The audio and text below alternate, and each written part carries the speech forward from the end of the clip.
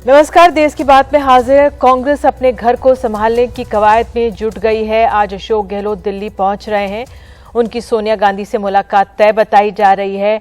कल ही आपको बता दें, उनके तीन जो सहयोगी हैं, उनके नामांकन जो तीन सहयोगी थे, उनको नोटिस जारी किया गया है और आज दिल्ली निकलने से दिल्ली के लिए वो अभी तक निकले नहीं है। पहली बात तो ये भी बड़ा सवाल है कि वो क्यों दिल्ली के लिए अभी तक नहीं निकले हैं, क्योंकि पहले दोपहर 2 बजे बात कही जा रही थी। लेकिन बहरहाल उन्होंने आज मुलाकातें की हैं। सीपी जोशी से, प्रताप सिंह खाचरियावास, डोटासरा से मुलाकात की है। दूसरी तरफ जो ये अध्यक्ष पद का जो चुनाव है, उसको लेकर दिलचस्प चीजें, बदलाव लगातार हो रहे हैं, क्योंकि आज एक नाम और जुड़ गया, दिग्विजय सिंह। हालांकि पहले भी चर्चा हुई थी, लेकिन अब कहा जा रहा है कि वो भी आज शाम दिल्ली आ रहे हैं। तो ये अपने आप में बहुत अहम है। दिग्विजय सिंह का नाम जिस तरह से सामने आ रहा है, कहा जा रहा है वो भी नामांकन भरेंगे, अपने सहयोगियों के पास चलेंगे। तो पहले अगर हम कोशिश करते हैं चलने की अपने सहयोगी हर्षा कुमारी सिंह के पास, और मैं आपको बता दूं, यहाँ पर शशि थरूर ने ट्वीट भी किया है।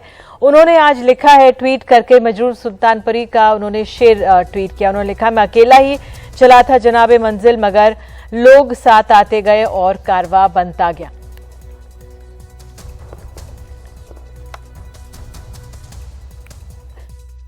ये अपने आप में बहुत अहम है, बहुत दिलचस्प है। किस तरह से दिलचस्प होती जा रही है कांग्रेस में अध्यक्ष पद की कवायद। एक तरह से कांग्रेस अपने घर को संभालने में जुटी हुई है। हर्षा कुमारी सिंह मेरी सहयोगी हमारे साथ हैं।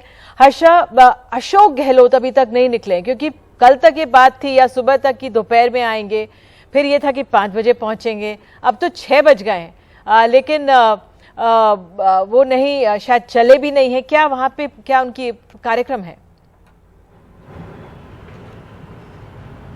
देखिए, चीफ मिनिस्टर के रेजिडेंस में कोई मीटिंग चल रही बताया जा रहा है, लेकिन इससे काफ़ी राजनीतिक सवाल खड़े होते हैं, क्योंकि अगर वो अध्यक्ष पद के लिए चुनाव लड़ रहे होते तो शायद वो थोड़ा जल्द पहुंचकर सोनिया गांधी जी से मीटिंग करते। लेकिन अब वो लग नहीं रहा है कि कोई भी अर्जेंसी है कि वो वहाँ मीटिंग के लिए पहुँचे। 8 बजे भी निकल सकते हैं, ये टाइम हमें बताया जा रहा है।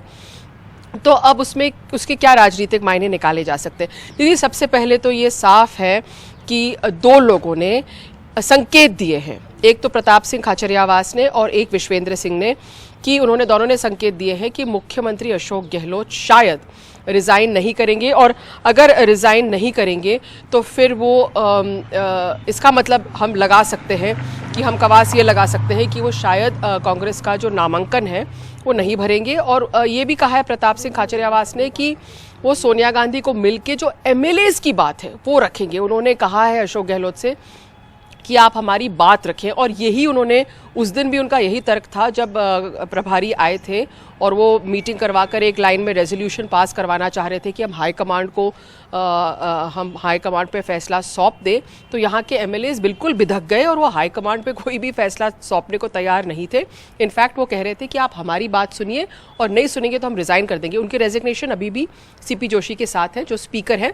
और मैं आपको बता दूं कि सीपी जोशी उन व्यक्तियों में ऐसे थे जो अशोक गहलोत को करीब दोपहर में मिले हैं, 2-3 बजे मिले हैं, और फिर ये महेश जोशी, शांति धारीवाल, गोविंद सिंह डोटासरा, प्रताप, और फिर प्रताप ने बाहर आके वो बाइट दिया है, जहां उन्होंने कहा है रिज़ाइन नहीं करने वाले, आज नहीं रिज़ाइन करने वाले, उनका रिजिग्नेशन डिस्कस नहीं हुआ है और आगे भी नहीं रिज़ाइन करेंगे।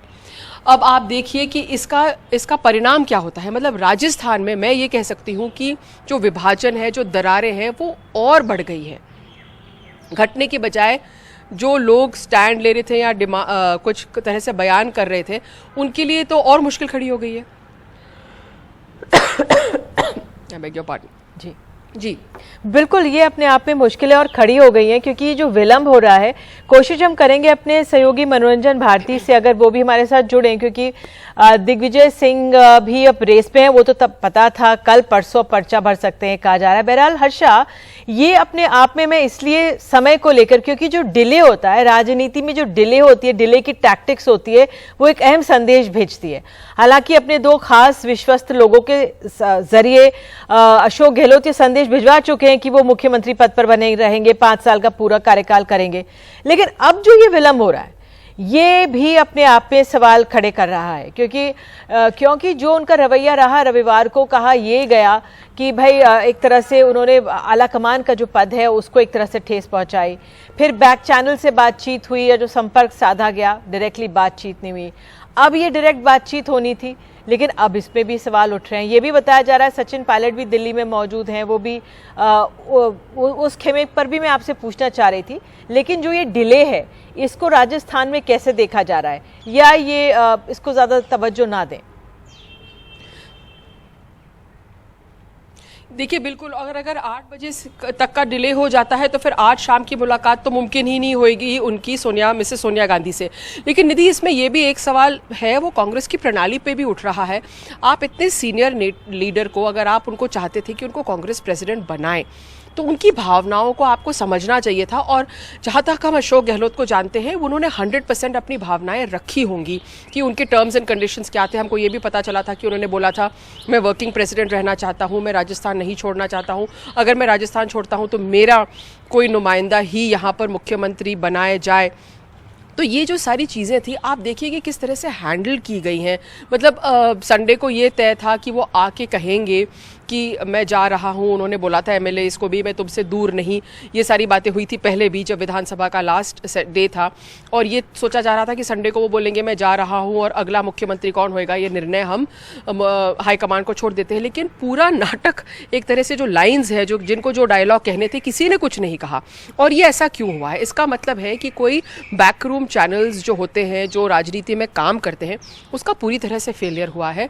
और ये जो रिवोल्ट हुआ है, लोग कह रहे हैं कि अशोक गहलोत का इससे कोई लेना देना नहीं था, लेकिन हम ये समझ सकते हैं कि उसी दिन मुख्यमंत्री तनोट माता के दर्शन करने गए, ऐसे मंदिर पे गए जो इंडिया पाकिस्तान के बॉर्डर पे है, और वहाँ पर गए जहाँ पे फ़ोन नहीं लगता है, और पीछे से ये रिवोल्ट हो जाता है। तो एक काफ़ी बड़ा एक कोइंसिडेंस हम इसको कह सकते हैं।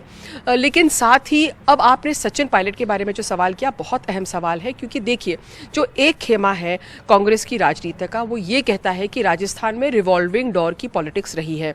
राजस्थान में एक जो गवर्नमेंट होता है वो वोटेड आउट होती है, दूसरा गवर्नमेंट वोटेड इन होता है, एक पार्टी। तो अब आप 2023 में राजस्थान में भी चुनाव होने हैं, आपके पास सिर्फ 2 स्टेट बच गए हैं, छत्तीसगढ़ और राजस्थान।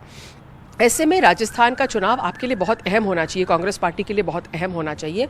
और एक खेमा है जो कहता है कि आप सिर्फ मुख्यमंत्री 5 साल पूरा करेंगे, या मुख्यमंत्री अपना कार्यकाल खत्म करेंगे, या 1 साल बने रहेंगे, या 6 महीने बने, उस पर आपको ज़्यादा सोचना चाहिए। आपको ये सोचना चाहिए कि हम आगे 5 और 10 साल क्या करेंगे, राजस्थान में किस तरह का नेतृत्व पैदा करेंगे। सचिन पायलट काफ़ी टाइम से वेट कर रहे थे, तो जो युवा नेता हैं उनको क्या चांस मिलेगा? क्योंकि आखिरकार ये लार्जर सवाल है कांग्रेस को लेकर। ज्योतिरादित्य छोड़ के चले गए, काफ़ी नेता छोड़ के चले गए, और काफ़ी कांग्रेस के ही नेताओं ने इस पर सवाल उठाया है। तो आप लोगों को किस तरह लीडरशिप को चैनलाइज करेंगे, और कांग्रेस इन दोनों के बीच में तालमेल कैसे बिठाएगा? निधि, अब तो एक्चुअली हम कह सकते हैं कि इनकी दरारें और बढ़ गई हैं, ये जो सारा घटनाक्रम हुआ है उसके बाद। जी जी जी, हर्षा आपने जानकारी दी। नजर रखें कब निकलते हैं अशोक गहलोत। बहुत बहुत शुक्रिया जानकारी के लिए। मनोरंजन भारती हमारे साथ भी मौजूद हैं। वो मनोरंजन, कहा यह जा रहा है कि अब दिग्विजय सिंह का तो नाम था ही पहले से, लेकिन अब पर्चा भी भर रहे हैं, तो इस बात में मुहर लग गई है। जी हाँ, निश्चित रूप से दिग्विजय सिंह ने पहले भी कहा था कि आप मुझे काउंट क्यों नहीं कर रहे हैं, आप मुझे रूल आउट क्यों कर रहे हैं। उसके बाद उन्होंने कहा कि मैंने ऐसे ही बोल दिया, लोगों ने सोचा कि चलिए बात आई गई हो गई। उसके बाद दिग्विजय सिंह का पूरा प्रकरण हुआ, जैसा कि आपने हर्षा से डिस्कस किया। अब जब दिग्विजय सिंह, अशोक गहलोत जो है वो दिल्ली आने ना आने के उहापोह में है, उनको बुलाया गया है कि नहीं बुलाया गया, इसी पे सवाल खड़ा हो रहा है। ऐसे में दिग्विजय सिंह ने कंफर्म किया है कि वो दिल्ली आ रहे हैं। वो अभी केरल में है, दिल्ली आ रहे हैं। केरल से, इसका मतलब भारत जोड़ो यात्रा के वो संयोजक है, दिल्ली आ रहे हैं और वो नामांकन दाखिल करेंगे कल या परसों। 30 तारीख जो है अंतिम दिन है। वो ये उन्होंने स्पेसिफाई नहीं किया कि वो कल करेंगे या परसों करेंगे, लेकिन उनका दिल्ली आने का कोई प्रोग्राम नहीं था। तो राहुल गांधी ने उन्हें कहा है कि आप जाइए और पर्चा भरिए, ऐसा माना जा रहा है। और जो संकेत मिल रहे हैं वो ये मिल रहे हैं कि दिग्विजय सिंह को अब एक तरह से 10 जनपद का बरदस्त शायद मिला है, और इसलिए वो दिल्ली आकर के पर्चा भरने की बात कर रहे हैं। तो अब ऑफिशियल कैंडिडेट जो एक समय अशोक गहलोत थे, शायद अगले 2 दिन में आपको पता चल जाएगा कि वो दिग्विजय सिंह होंगे। जी, बहुत बहुत धन्यवाद इस जानकारी के लिए। और हमारे साथ मध्य प्रदेश से वरिष्ठ पत्रकार श्रवण गर्ग मौजूद हैं। श्रवण जी, किस तरह से देख रहे हैं, एक और विलंब है अशोक गहलोत के आने का, और अब हम ये देख रहे हैं कि दिग्विजय सिंह का नाम अब फिर से एक बार आ गया है सामने। मुझे नहीं लगता है कि अशोक गहलोत दिल्ली पहुंचने वाले हैं। वो दिल्ली पहुंचेंगे तो भी सोनिया गांधी से मिल पाएंगे, इसमें भी मुझे शक है। सोनिया गांधी से वो बात कर पाएंगे, कुछ बात कर सकेंगे, कुछ अपना पक्ष रख सकेंगे, इसमें भी मुझे शक है। वो शायद अभी प्रतीक्षा कर रहे हैं कि सोनिया गांधी उनसे मिलने के लिए समय दे दें।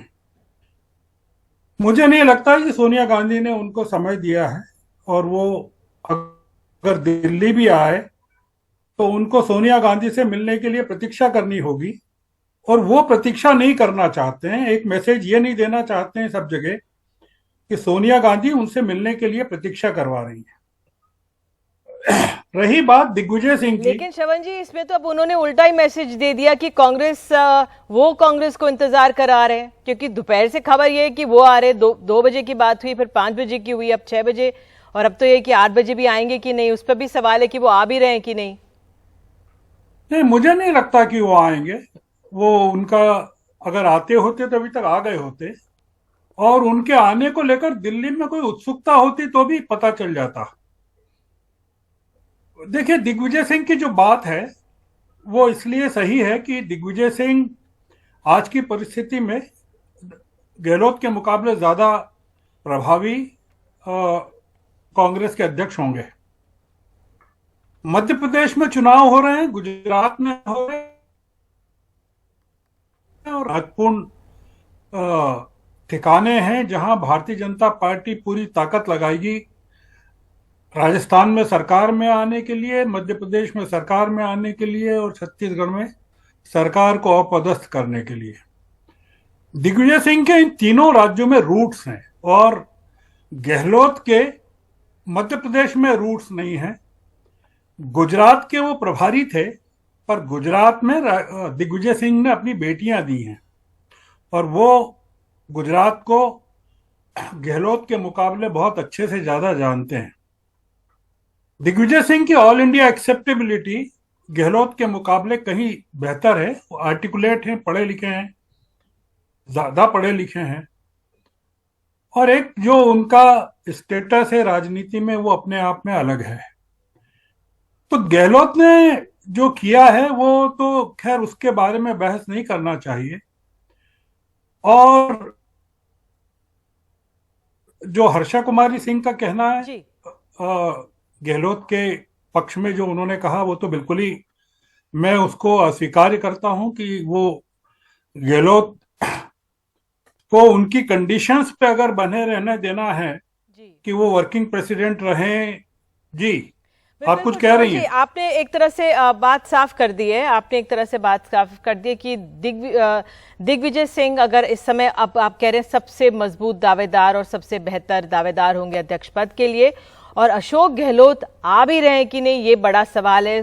सोनिया गांधी उनको समय देंगी कि नहीं, फिलहाल वो यहाँ पर कांग्रेस को इंतजार कराते हुए एक तरह से दिख रहे हैं, लेकिन बहरहाल स्थिति अभी साफ नहीं है। बहुत बहुत धन्यवाद, आप सब लोग जुड़े। और आइए देश की बात में हम लोग आगे बढ़ते हैं। सरकार के एक अहम ऐलान के साथ सरकार ने ऐलान किया है कि जो प्रधानमंत्री गरीब कल्याण योजना है वो जारी रखी जाएगी। 3 महीने और प्रधानमंत्री गरीब कल्याण योजना रहेगी। योजना में हो सकते हैं संशोधन, और त्योहारों को देखते हुए सरकार का कहना है ये फैसला लिया है। मुफ्त अनाज की मात्रा में कटौती हो, ये वित्त मंत्रालय की तरफ से कहा गया। करीब 45,000 करोड़ का भार सरकार पर पड़ेगा। रूस यूक्रेन युद्ध और दूसरी सब्सिडी के चलते पहले से दबाव है। बहरहाल इस पर अंजलि भारद्वाज, जो लगातार काम करती रही हैं इस पूरे मसले पर, वो हमारे साथ मौजूद हैं। अंजलि जी, मेरा आपसे सवाल यही है कि बहुत ज़रूरी है कि ये योजना एक्सटेंड की जाती, और क्या कारण आप इसके पीछे देख रही हैं, कैसे आप इसे देख रही हैं? देखिए निधि, जो अभी हालात हैं हमारे देश में, स्पेशली असंगठित क्षेत्र में जो मजदूर काम करते हैं, जो गरीबी रेखा से लोग नीचे रहते हैं, उन पर दो तरीके का भारी संकट है। एक ओर बेरोजगारी की मार है और दूसरी ओर महंगाई की मार है। तो इसे सरकार समझ रही है और यही कारण है कि पीएमजीकेएवाई में जो एक्स्ट्रा राशन दिया जा रहा है उसे बढ़ाया गया है। इस डिसीजन को हम स्वागत करते हैं, इस डिसीजन का, क्योंकि बहुत जबरदस्त संकट है आज जमीन पर अगर हम देखें लोगों के बीच। लेकिन निधि, मैं 2-3 बातें इसमें कहना चाहती हूं जो जरूरी है। पहली चीज ये कि ये संकट 3 महीने में दूर होने वाला नहीं है, ये सरकार भी जानती है। तो ये जो बार बार 1 साल, फिर 6 महीने, फिर 3 महीने ऐसे करके जो बढ़ाए जा रहा है, ये कितने हद तक ठीक है, क्योंकि इसमें जो लोगों का ये मौलिक अधिकार देने की बात है, क्योंकि हम समझ रहे हैं कि उन्हें खाद्य सुरक्षा की जरूरत है।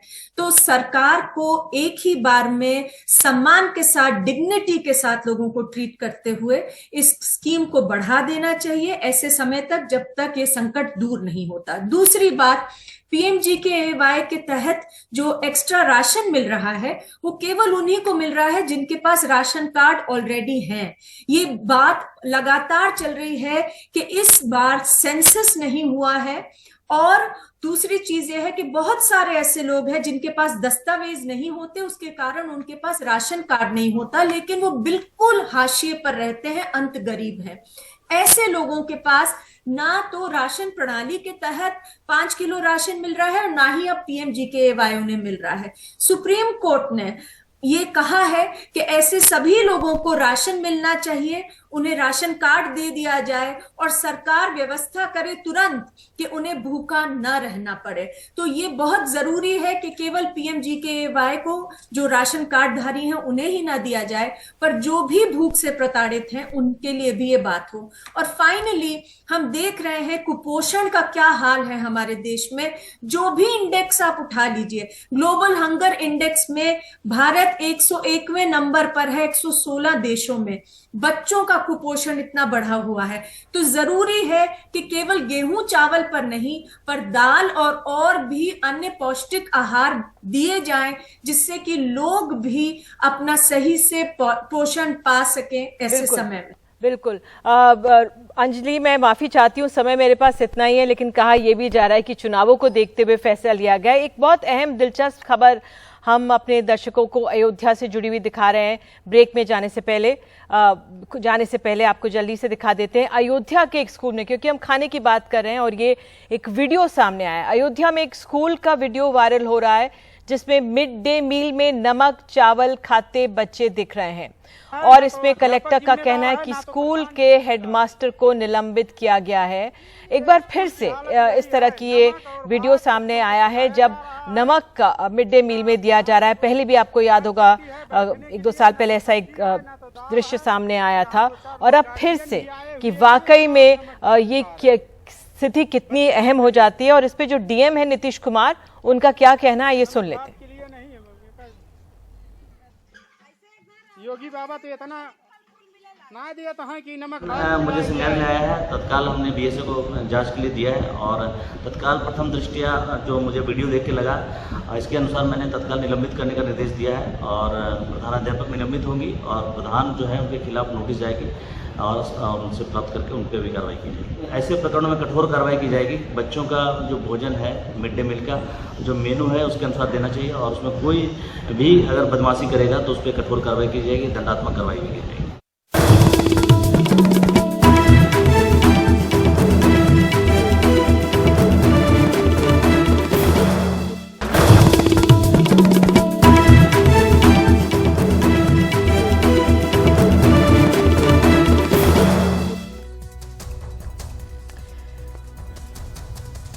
देश भर में 40,000 से ज्यादा अग्निवीरों की भर्ती का अभियान चल रहा है। पश्चिमी उत्तर प्रदेश के 13 जिलों के अग्निवीरों की भर्ती के लिए हजारों युवा रोज मुजफ्फरनगर में जुट रहे हैं। कैसे भर्ती हो रही है और अग्निवीर बनने आए युवा किन हालात से जूझ रहे हैं, देखिए ग्राउंड रिपोर्ट। मुजफ्फरनगर के चौधरी चरण सिंह स्टेडियम में शाम 6 बजे से ही कतार लगनी शुरू हो गई। जबकि रात 1 बजे इनको परीक्षा केंद्र के अंदर भेजा जाएगा। सुबह 7 बजे इनकी दौड़ शुरू होती है। 1600 मीटर दौड़ को सबसे कम वक्त में पूरा करने वालों को रोक लिया जाता है, बाकी हजारों लड़कों को बाहर भेज दिया जाता है। मुरादाबाद से आए लोकेंद्र 5 साल से इस भर्ती की तैयारी में लगे थे। 2 साल कोरोना में भर्ती नहीं हुई, अब इस दौड़ में महज कुछ सेकंड से पीछे रह गए। हमें बहुत अफसोस है इसका सर कि ये 4 साल की भर्ती होगी, हम तो इसमें सर। अच्छा जी हमारा तो सारे डिपेंड इसी पे थे, आर्मी पे ही डिपेंड थे सर। हमारे घर को का हमारे तरफ से सपना था सर कि हम आर्मी में भर्ती हों। घर वालों को बताया फिर? सर घर को बता दिया, हाँ सर। बता दिया? बहुत मायूस हुए सर घर को सुनकर। नंगे पैर दौड़े थे। नंगे पैर क्योंकि वो जूता क्यों नहीं पहने फिर? ग्राउंड गिल्ला था, उधर चिपक के चलता क्या फायदा होता उससे? जूता चिपक के चलता ना, ग्राउंड गिल्ला था अभी भी। अच्छा, जो बारिश हुई है उसके चलते ग्राउंड गिल्ला था, वो क्या फायदा उससे, फिर जूता चिपक के चलता फिर। अच्छा, एक चीज आप बताओ, कितने सालों से आप तैयारी कर रहे हो? मैं लगभग 2 साल तैयारी कर रहा हूँ उसकी, इंटर के बाद लग गया था मैं इसमें। अच्छा जी। और परिवार के लोग क्या करते हैं? परिवार पिताजी मजदूरी करते हैं अपने। मजदूरी करते हैं? जी। ओहो, तो बताया तुमने कि इस बार चूक गए तुम, नहीं हो पाया? बस चूक नहीं क्या है, अभी कुछ बंदे सामने गिरे आके, बिल्कुल 2 बंदे गिरे मेरे सामने आके, वहां से रूटीन टूट गया फिर एकदम से। कहाँ से उठा, वो उठे मेरे सामने से, बहुत टाइम में उठे हुए वहां से। लेकिन इस नाकामी के बीच प्रिंस कुमार जैसे युवा भी हैं। पिता मजदूर हैं, गन्ना छील कर जो मजदूरी पाते थे उसका बड़ा हिस्सा प्रिंस कुमार को दूध और घी खिलाने में लगा देते थे। बीते 4 दिन सड़क किनारे रहकर उन्होंने अग्निवीर परीक्षा की दौड़ और मेडिकल में सफलता हासिल की। अब नवंबर में होने वाली लिखित परीक्षा अगर पास कर लेते हैं तो अग्निवीर बन सकेंगे। हिम्मत नहीं हारनी है, बस ये सोचा कि आखिरी सांस तक भागना है बस, तो उसके बाद फिर जिंदगी मिल जाएगी, वरना तो फिर मुंह उठाकर घर की जाना पड़ेगा, ताने सुनने पड़ेंगे लोगों के। ठीक है, ये बोलेंगे कि हमने पहले कहा था, नहीं हो पाएगा तेरा। बस यही सोचना है मन में, बस मम्मी पापा का नाम ले लेना, बस ये माइंड में ज्यादा बातें नहीं सोचनी, बस मम्मी पापा का नाम सोचना। मम्मी पापा का नाम लेना बस, हाँ। ये देखिए, अच्छा आप माता पिता, देश भक्त होने के साथ में माता पिता के भी भक्त हैं आप? यस सर, क्योंकि वे गन्ना छील का भी जो ना मना नहीं करते, कभी दूध लाते हैं, मतलब भैंस दूध नहीं देती ना, तो अपने लिए नहीं लाते, मेरे लिए लाते थे सुबह शाम आधा किलो दूध डेली। हाँ, क्योंकि उन्हें पता है कि आर्मी के अलावा किसी और की नौकरी करेगा नहीं, तो क्या फायदा इसे डांट टूट के। तो उन्हें पता है कि मान ही नहीं रहा, जब इतने साल से समझा रहे हैं जाकर आर्मी में, तो फिर सपोर्ट करने लगे घर वाले भी। प्रिंस जैसे हजारों गरीब किसान मजदूरों के बच्चे यहाँ पार्क में, सड़क के किनारे और बैंक्वेट हॉल में रहते मिल जाएंगे, जिनका बस एक सपना है, भारतीय सेना की वर्दी पहनकर देश सेवा का। अभावों से जूझते ये युवा डाइट के नाम पर दूध और घी और प्रशिक्षण के लिए अपने ही बीच के बेहतर दौड़ लगाने वालों को खोज लेते हैं। जयदेव खुद 18 साल के हैं, लेकिन 50 लड़कों को दौड़ने की कोचिंग देते हैं। अग्निवीर की दौड़ शुरू होने से पहले ये शरीर को वार्म अप करने का नुस्खा बता रहे हैं। पहले ये आप करते हो और फिर आप पूरी बॉडी खोल के, आपके इसमें बहुत जान चाहिए सर। अच्छा, घास चढ़ने के लिए पूरी अच्छा, बॉडी उठानी है। हाँ, ये आप करके और उसके बाद दौड़ना शुरू करते हो बस। और क्या आप टिप देते हो इनको, क्या आपने टाइमिंग कैसे शुरू? मेरा कहने का मतलब ये है ना, जब मैं भगाता हूँ, मैं कहता हूँ मेरे साथ भागो, हाँ। चाहे तुम्हारी किडनी भी निकल जाए शरीर से, मगर हटना नहीं है पीछे। अच्छा, हाँ, ये असूल है। घर से कोई 100 रुपए लेकर चला, कोई 500 रुपए, न कोई रुकने का ठिकाना, न खाने का बंदोबस्त। लक्ष्य बस अग्निवीर बनकर सेना में शामिल होने का। मुजफ्फरनगर से दिलशाद और संजय कौशिक के साथ रवीश रंजन शुक्ला, एनडीटीवी इंडिया।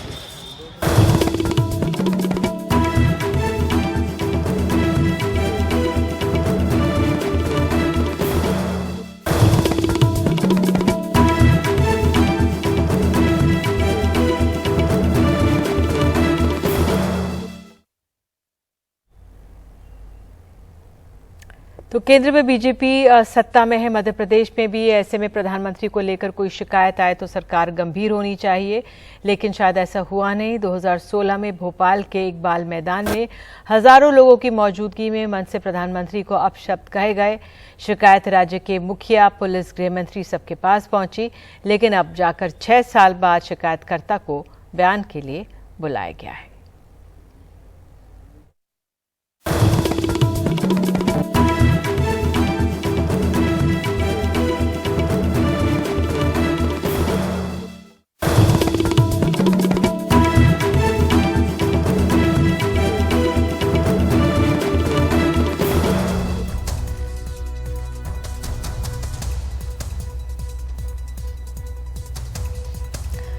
बीते एक हफ्ते में 2 दिन देश भर में छापों के बाद आज सरकार ने पीएफआई पर पाबंदी लगा दी है। उस पर आतंकी गतिविधियों को साजिश रचने और उनके लिए पैसा जुटाने का आरोप है।